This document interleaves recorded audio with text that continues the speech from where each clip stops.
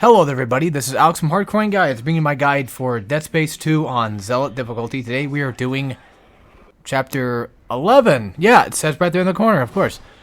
I wasn't watching the video. We're doing Chapter 11 entitled Down in the Mines. Yeah, Down in the Mines. That sounds about right. Okay, so this might be the chapter I'm thinking of that has... Yeah, it is. It has that one section where you take, like, the battery that's, like, near the elevator or whatever, and there's like a staircase kind of thing, like a slope ramp thing that a bunch of guys come from. There's like a ton of lurkers, a few pukers, a lot of slashers. It's a room that's filled with pretty much a ton of enemies. You go through it and then you come back, and I think there's also the elevator section that I don't remember. I think I might have mentioned that before. I don't know. My brain keeps thinking about it. But anyway, the next section right now that's coming up is going to actually be a stalker fight. So the stalkers are not going to appear until you hit a certain threshold. And I think it's like, yeah, right there. It's that second pillar that you pretty much hit. So what I do all the time is I essentially just stay back here once I activate, them to run and go into the little hiding spot. And then I just kind of, keep a visual on one of these corners and just take them down like I do normal stalkers. Because, well, that's just how it is. With stalkers, you just wait them and bait them, and then you win. So yeah, let me think. I think there's not that many, like 3, 4, maybe 5 of these little bastards running around. Yeah, about 5 or so, 5, 6. I don't know. I've lost count. I forgot that the babies spawn too. But yeah, for the most part, nothing too crazy, nothing too hard. So it's just stalker fight. It's not until, like, probably way later in this chapter where you'll have to eventually and potentially have to deal with, like, much worse and much more annoying various fights. So, yeah. Oh, boy. This chapter is a bit more on the difficult side of things, but at least it has a lot of checkpoints that make it to where it isn't as hair-pulling as, say, the rest of the other difficult chapters could be. But it definitely is one of the ones where it's going to be just a little bit annoying and tedious, and definitely one of the harder ones for sure. Because I mentioned in the last episode, the last chapter, that things were starting to kind of beef up in terms of challenge. Like, they're not getting super difficult yet, but the challenge is definitely starting to show. And Dead Space 2 has a lot of spots like that. Usually the chapters don't really, go full hard. A lot of times, a lot of, in-between sections that, make the game a bit more easier to kind of go through, but then you have, like, those small bits that are like, oh, man, it's that part, or oh, man, it's that part. I feel like Dead Space 2 relies on that a lot, for how they do things. Is that box? No, it's not floating there. Okay, I thought it was floating there for a second. I forgot about the pod being here. I remember... Yeah, if I remember correctly, while I was playing it, I either died to him on accident and just was like, okay, now I know it's there, or I had heard the noise and initially knew, like, okay, yeah, there's going to be a pod coming up. Also, I don't know what's going on, but now that I got one video done, it kind of feels good to finally get back into doing videos again. Because the last chapter, like, you could tell I was just not having a lot of good time, because I've recorded that thing, like, a bunch of times. I got so tired of it. I got so sick of doing it. And I finally got it done, and now it feels liberating. Like, I'm free of that damn Chapter 10, and now I can finally go on and play the game and start editing again and start recording these things and getting them done. For those that are aware in the, I guess you could say, the manosphere of my YouTube channel, that's probably the wrong word to use, but I just thought of it in that instance. I don't know, it sounded funny in my head. For those that are kind of more so in my circle of my YouTube channels, I mentioned that I was going to be doing Banjo-Kazooie for a Let's Play on my main channel, quote-unquote, main, which is, of course, TurdMonkey1497. You can find it in the description below, channel page, yada yada. You guys know the drill. So I want to do that, but I'll probably end up doing it after I do and finish Dead Space 2, which I'm hoping I can finish by next weekend, so that's kind of the plan. Right now, I might not do a lot of the videos today because editing sucks, but probably get some things done. I think the way that I have things going right now seems to be working pretty effectively for me. So, yeah, but today might not be the day. It'll just be these 2 videos, I think, for this Saturday. So, yeah. Enjoy your October with Dead Space. Anyway, this is the section I was talking about that I just completely despise, but it has a ton of checkpoints in it that make it just a bit easier to kind of go through. Unfortunately, of course, if you checkpoint with no health, then, I mean, you're gonna respawn with no health. That's just kind of the nature of Dead Space, you know, practically in itself. So, it's not God of War. You can't just keep dying and get health back. It's not gonna work that way. Which, by the way, that was always one thing that I kind of found really weird about God of War, though, is they allow it. They allow players to just, of course, you know, regain health after checkpoints and stuff. And I don't remember if it's a forced checkpoint situation. I don't recall if you can just force checkpoint things, but still. So after you come around over here near this door, a puker is going to spawn from behind. Take him out. I'd say keep the explosive barrels for, like, the waves that show up later. I would say take them and throw them down onto the ground. Like, don't force throw them. You know, don't kinesis throw them, but put them around areas where you definitely know eventually ahead of time, like, okay, there's going to be like a big group of douchebags that I'm going to deal with, especially pukers, and just don't miss either, because that's not going to help. But luckily, this is around the time when I started using stasis more often, which, by the way, please use it more often than I do.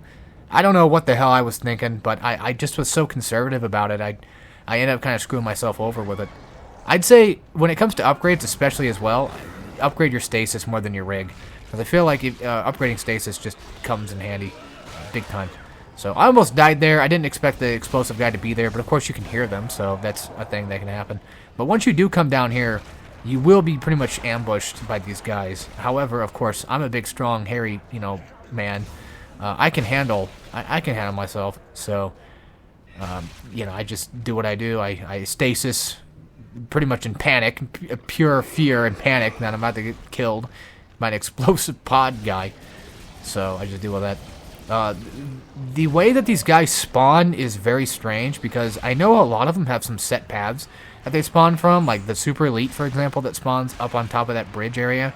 But I believe he comes after these waves, and might be like the 2nd or 3rd wave. Right now, we're pretty much in like wave, I guess.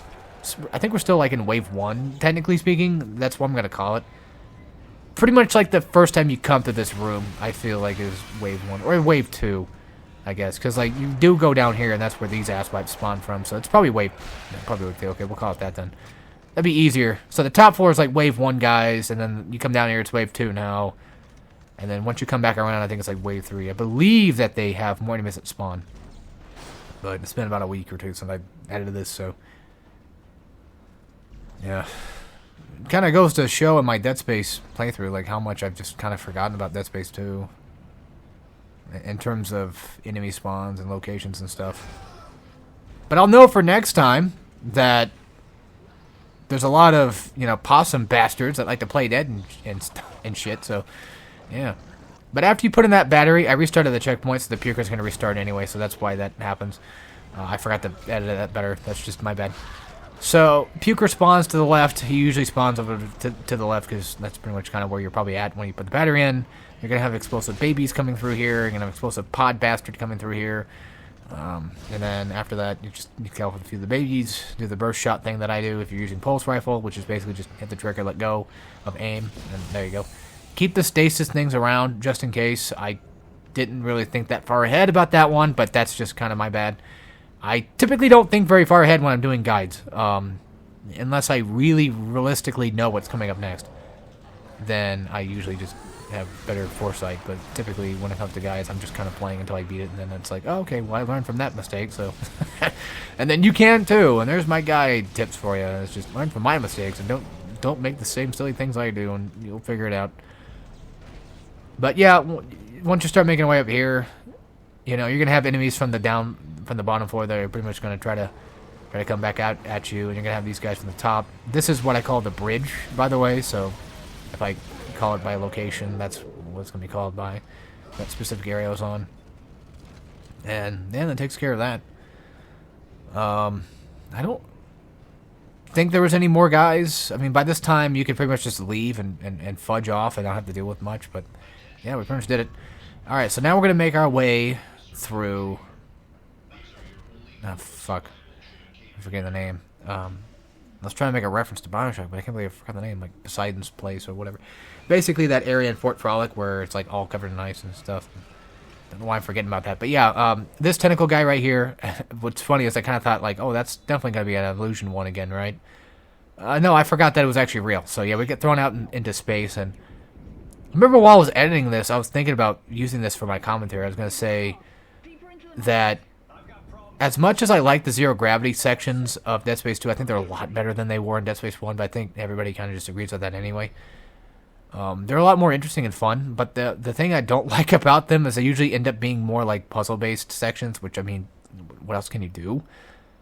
It's not really like the puzzle aspect that makes me upsetty too much. It's more of like the space aspect. It's always like in outer space, and don't get me wrong, I don't mind this like being in outer space in Dead Space because it's Dead Space, but I don't know. I kind of wish that they would have a bit more going on in these sections and what have you, besides just like shooting out, you know, the little flying homing missile pod enemy guys.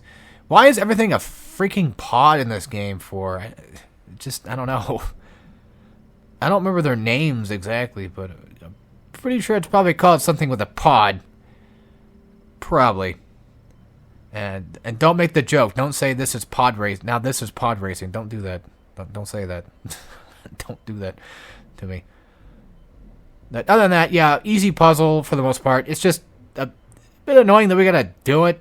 I mean, there are, you know, pace changers, I guess.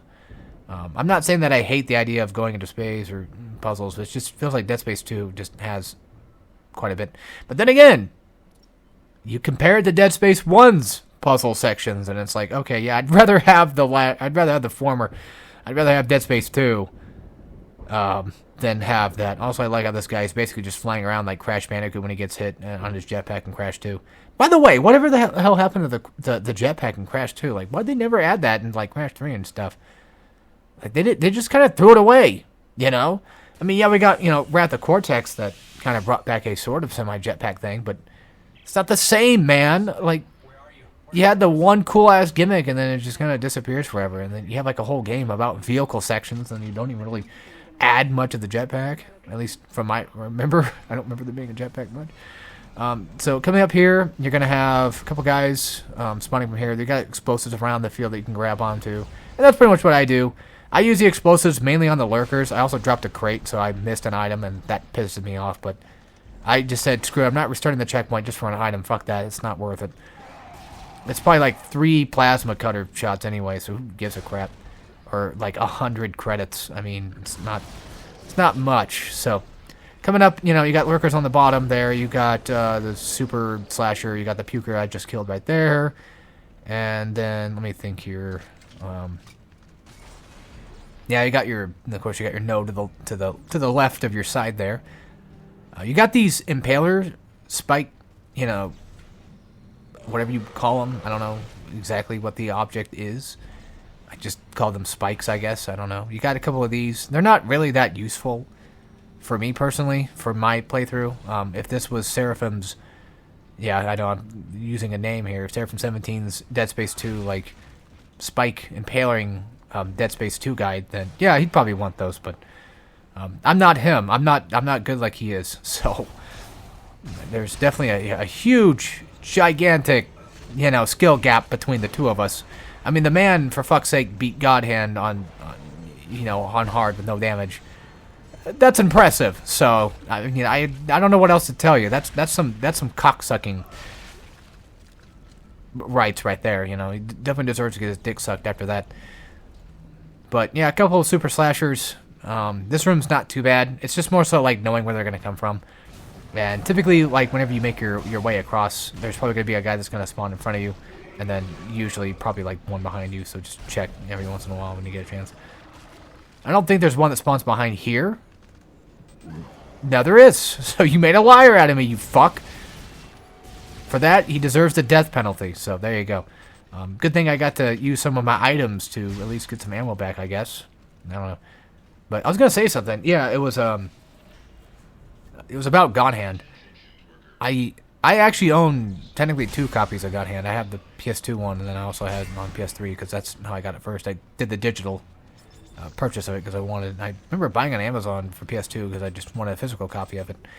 And every time I go to like a local game store, or just not even just like a local one, it's not really much local. It's just like specific stores that I go to, that I visit.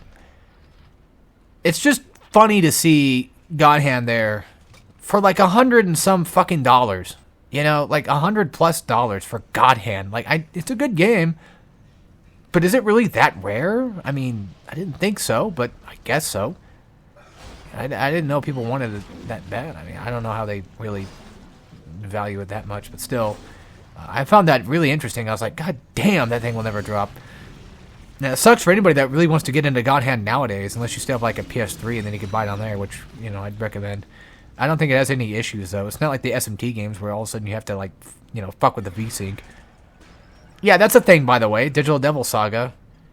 You have to actually go into the PS3 menu.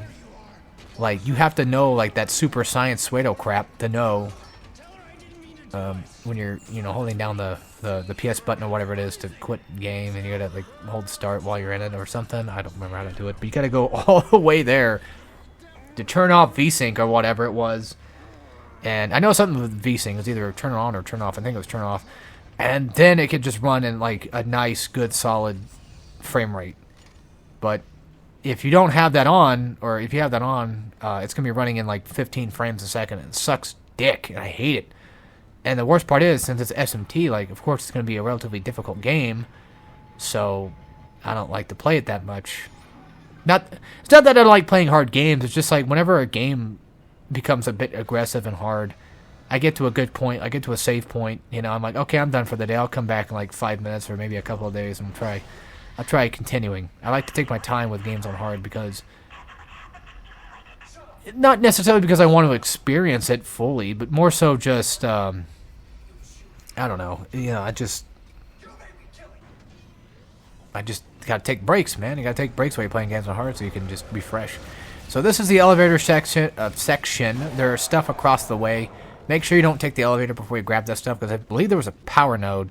Yeah, there's a power node right there. There's something else I forgot to grab, and I don't think I realized it, but it's okay. This section right here is exactly why I would say have the force gun. This right here, this elevator section is the section that I believe deserves to have force gun. But if you're like me and you're not running force gun, then no worries, because stasis, plasma cutter should be good enough. Only problem is you have a lot of runners. That's the main issue. So basically, whoever's running at you, attack him first. Just go for the legs, knock his ass down, you know, and then stasis them. So basically, like, find out where they're gonna go on, where they're coming from. They usually spawn like 2 at a time, typically, and then, you know, knock off the legs, and then try to get a double stasis. Try your best to line them up to where you can actually hit both of them at the same time, and have just enough stasis packs around on your body to make sure you can do this pretty well. So if you're about to get attacked, just either tank it or, at the very least, use stasis to stop them. Stasis is going to be a big contender for this part. Again, if you're not running, you know, force gun. I'd also say do not use pulse rifle here, because pulse rifle it's just not good enough. It's not fast enough to chop off legs. So you're realistically using more ammo to do that. That was a nice slick shot, by the way. Can I say that right now? That was a hell of a slick shot. I'm a goddamn gunslinger up in this bitch. So yeah, just try not to use pulse. Try to rely more on plasma cutter and stasis to kind of get you through this, because it's going to be very difficult. And that's the best advice I can give you. And if worse comes to worse, if you really want to save ammo, especially before the super versions of these guys start coming through, I would say grab an arm and then throw it, and then just let them get knocked away, and then don't worry about them, and then deal with whoever's still standing, basically. I'm still standing better than I ever did. So yeah, basically, if you got force gun, great. You know, if you got line gun, I hope you got rate of fire. If you've got pulse rifle, well, fuck. I don't know. I mean, you know, you could do it, but it's hard. Pulse Rifle just for some reason just doesn't feel like it's doing enough, and I believe I still have it like at least fully upgraded. But, you know, after all is said and done, we are finally rewarded with another suit, and it's a very nice looking suit, by the way, I might add. And I believe it's the suit that Dead Space 2 is mostly known for, if I'm not mistaken. I think this is like the premier engineering suit. This is the one that everybody, when they think Dead Space 2, they think of this suit. And can you blame them? I mean, it's slick as shit. Like, it's just really nice looking, and it's on the cover. It's the Rad Brad's icon image, which is funny because my Steam image is actually Isaac from Dead Space 1. And it's just been that way forever, ever since I made it, so I never changed it. And then my Hardcorean profile picture for YouTube has always been, I chose the impossible from from BioShock. Basically beat the game, you know, no Vita chambers and survival, and it was like my first guide, and I thought it was a really cool achievement. Basically saying I chose the impossible, as in like I'm playing these games on hard, like I'm choosing the impossible to do, and I'm doing it. So just kind of little cool things. But anyway, that's the end of chapter 11. See you guys in chapter 12, and as always, take care, everybody.